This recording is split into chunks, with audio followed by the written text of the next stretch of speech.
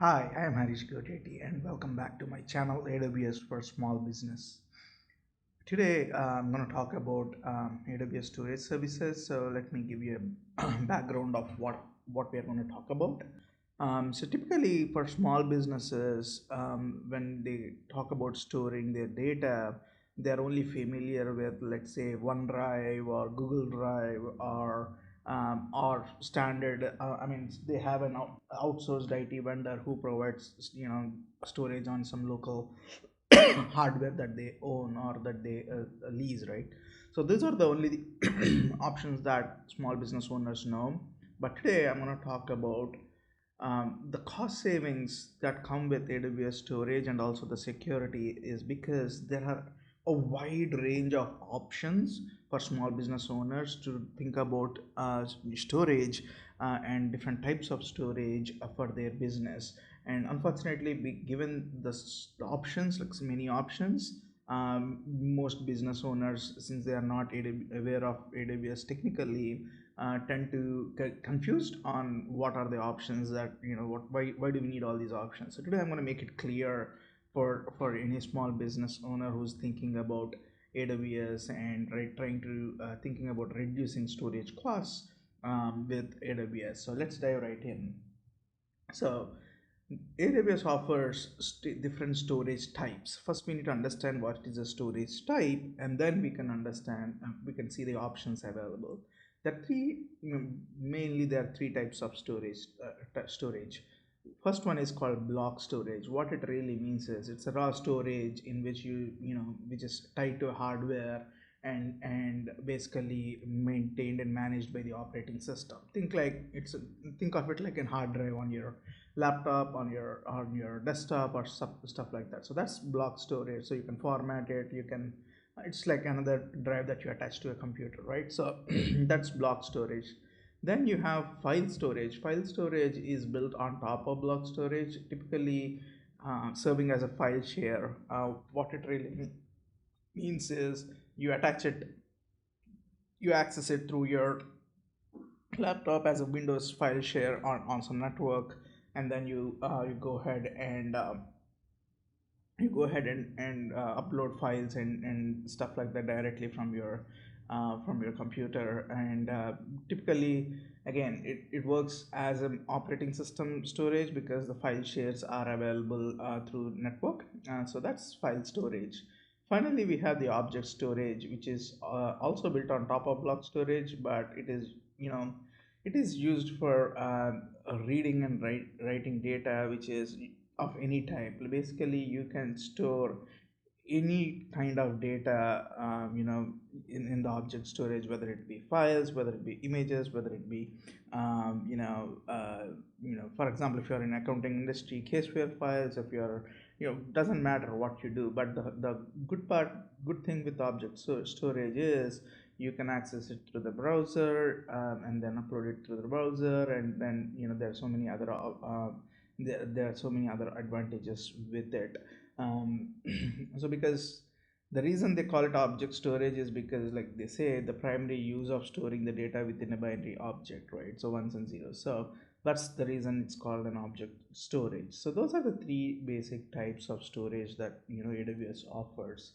And now we are going to see the different options you have, or the AWS storage services we have.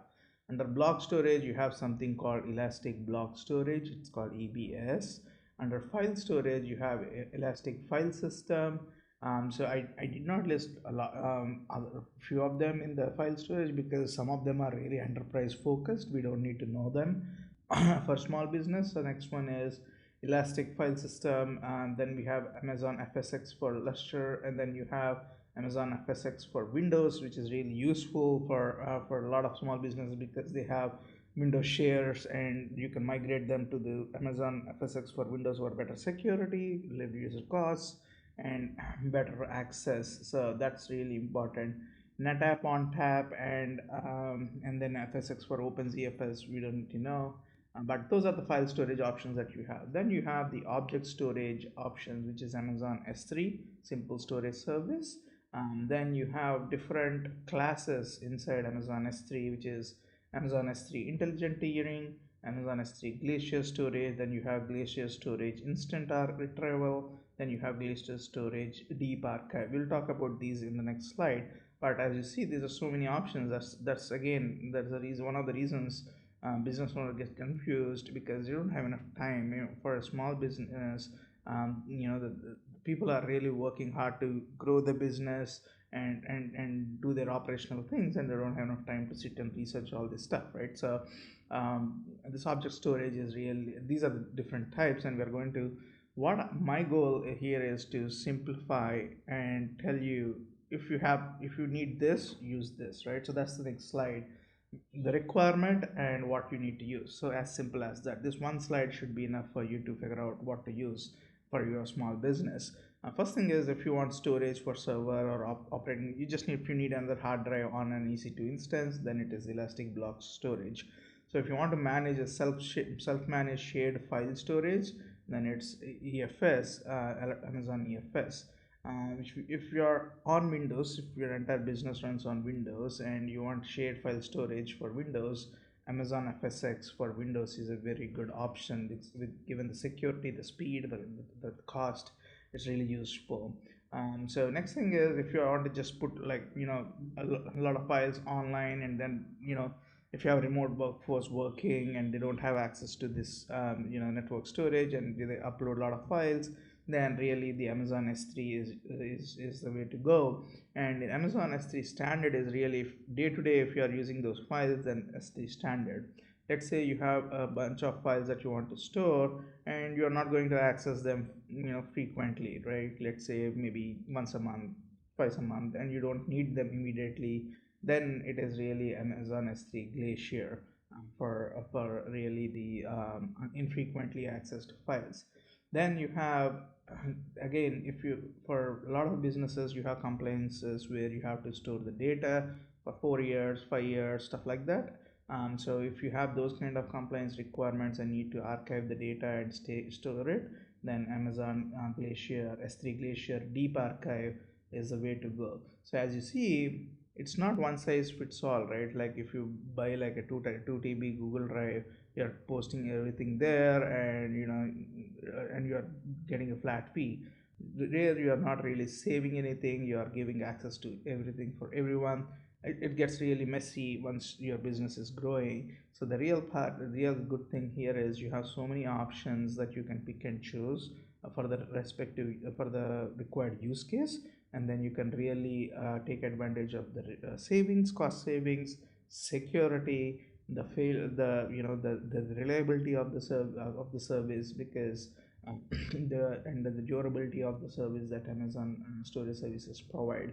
So I hope there are other options, like I said, which really you don't need to know for a small business. For if it's an enterprise, if there are there's so much data, then we can talk about other options. But these are the fundamentals. This is the foundation for picking the right storage option for your small business. I hope this video is useful. Please do subscribe to this channel, because I'm going to share a lot of content on how Amazon AWS can help small businesses in different ways. So I hope this video is useful. Go ahead, like it, subscribe it, and then, so what are the next steps? So if you are curious to explore storage, I'm offering a $300 free credit. So all you need to do is send an email here or add a comment on this video, and then you can get $300 free AWS credits to explore the storage strategy for your business. Thanks for watching, and talk to you soon.